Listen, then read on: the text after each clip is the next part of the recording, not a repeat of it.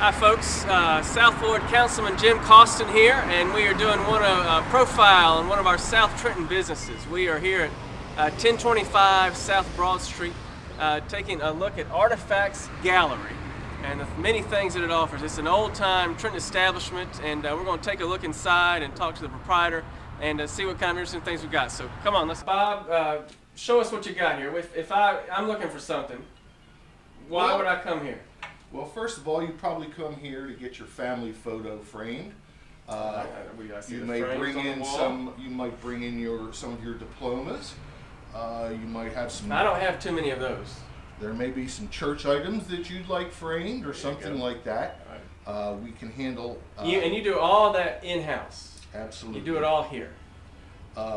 We can frame things in antique frames if you've got your grandmother's wedding photo. But we can do things brand new in the latest in metal modern or whatever. Stuff. You do the matting, everything. My wife cuts the glass, the mats. I build the frames. We finish them. We deliver. We do whatever it takes to get the job done. Very nice. Now, see, you got some on the wall here. Those are some beautiful frames. Now, the stuff I'm looking at, is that stuff that you also sell? Yes, sir. I'd love to sell those, actually. Religious art does not sell. Does it not sell? But they just look so beautiful in those frames. They didn't come together in them. My wife put them together. They look good. They really do look good. They stand out. Everybody loves them and then says, where would I put that? Yeah. And so they're here. Some of the other things we do, though, we like to sell some of the things that were made in Trenton souvenirs. These are pieces of Trenton pottery, made by the Trenton Potteries Company. Trenton Potteries Company, right there. Yep. They were actually famous for making toilets. These particular vases and pieces are made out of the exact same material that a toilet is made out of, the vitreous china. These were made in the 30s here in Trenton when we switched from the beehive ovens to the, and oops, my mind goes blank on the other type of oven. And I just can't think. From the beehive ovens to the tunnel ovens. The tunnel ovens. And these were used to fill in the spaces around the toilets, and they were sold mostly by florists in different collections with flowers and things like that. And now they're very collectible. They haven't been made in 60, 70 years. How do you all come upon things like this? Interesting things from old Trenton. I mean, these are 80 years old. A lot of people know exactly what we do, and they bring them to us, particularly when they're downsizing. A lot of the older folks now who are downsizing, going from their houses into seniors development or moving to a smaller place, don't have room to bring this stuff, and a lot of these people around here worked in these factories and brought things home with them. Things that weren't quite perfect or had a small problem and they were unsellable would come home. There were companies like Lennox, though, that would break everything that wasn't up to their standards. So the only Lennox you'll find around now is the top of the line Lennox. You won't find any of the seconds, but you'll find some seconds again because they came home with the workers. Well, those are beautiful. We also like to specialize in different types of Trenton memorabilia. We've got a lot of vintage postcards from the teens and 20s of the city, mostly the beautiful spots in town. Like some of them, were these? And also next to the botanicals to the left, you'll see some vintage area maps. There's a City of Trenton map from 1875. When Chambersburg was... The city of Trenton in the town of Chambersburg, when it was its own town. Yes. How about... One of the things we have now, you'll find over this way, we've got some vintage Valentines from the Victorian era on through the 20s. These are extremely popular. These are the pop-up Valentines. They were very popular in the early 1900s. If you need something for your sweetie, this would be a good place to come. I would hope so. Yeah.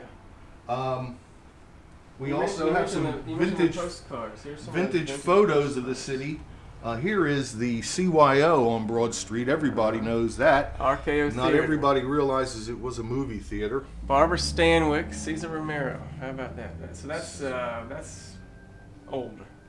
Back in the, what would you say, 30s? That is 1939. 39. How about that? And here are some other various Trenton postcards or business type items that are framed. The War Memorial. Here's the Casalito, which people may know now as Maxine's 2 on South Warren Street. You'll notice that the Maxine sign is very similar to the Casalito Yeah, sign. it fit in there. They stuck with that. We also have some antique artwork dealing with our role in the Revolutionary War. Washington crossing the Delaware, Washington at Trenton on his way to be inaugurated president for the first time. Washington down here, Washington at the Battle of Trenton. And up here we have the Battle of Trenton also with, I believe that's Washington there accepting the surrender of Colonel Raw. We've got some antique pieces by famous local artist George Bradshaw, who taught at the School of Industrial Arts from the 20s through the early 60s. We've got some antique Trenton baseball photographs.